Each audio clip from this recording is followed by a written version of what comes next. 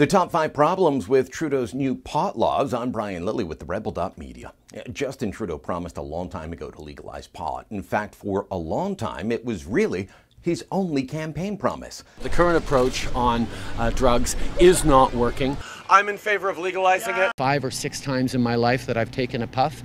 So I'm not surprised that he's legalizing the herb. I'm just shocked at how badly he's doing it.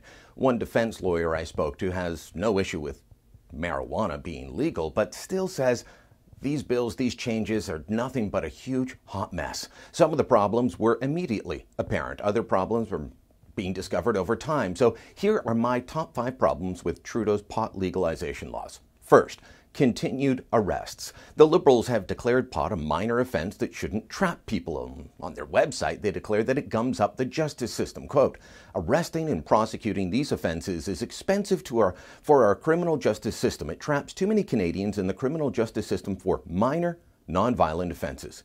And yet the Liberal message is clear. They expect police and prosecutors to keep going hard against pot until this bill is passed and comes into force. They could have told the cops to use discretion, not charge people for small amounts. But they sent the opposite message. And they sent that at the exact same time as our justice system across the country was facing major backlogs, delays of trial, and people getting murder charges dropped due to these delays.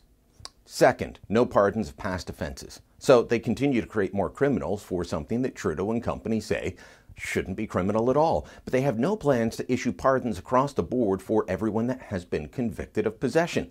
How on earth does that make sense? Again, from their Liberal Party website on pot, the Liberal argument is, quote, too many Canadians end up with criminal records for possessing small amounts of the drug. All right, you can fix this. Give pardons for a crime that you say shouldn't be a crime anymore. Having a record for this can give you problems crossing the border. It could cause problems in getting a job.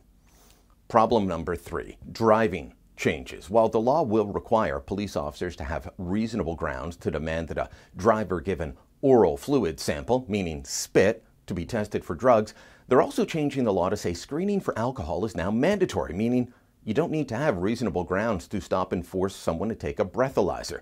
Here's what the backgrounder on the changes from the government says. The proposed mandatory alcohol screening provisions would authorize law enforcement officers who have an approved screening device at hand to demand breath samples of any drivers they lawfully stop, without first requiring that they have a suspicion that the driver has alcohol in their body.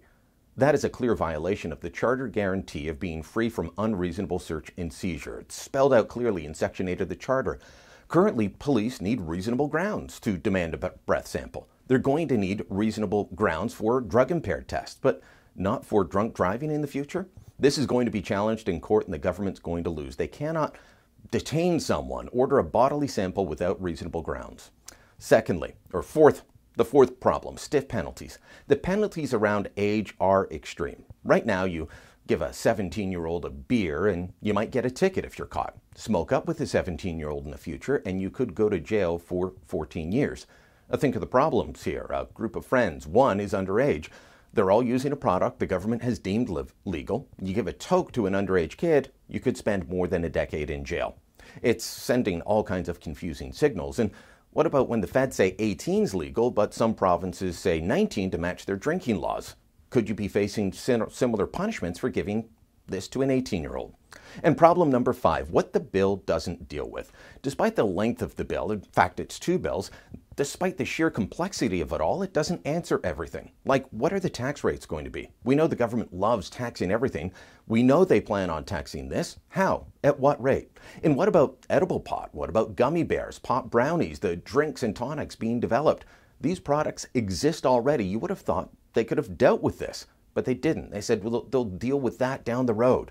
Trudeau's changes to the pot laws are going to bring about an awful lot of chaos, to be sure. They're going to create plenty of problems, foreseeable problems. And given how long he's been talking about these major policy changes, you thought he would have done better. For all of those that have been advocating for legal pot for a long time, I'd say Trudeau and company failed you bigly. If you like the Rebel video you just watched, make sure you never miss another one again. Click here to subscribe to our YouTube channel.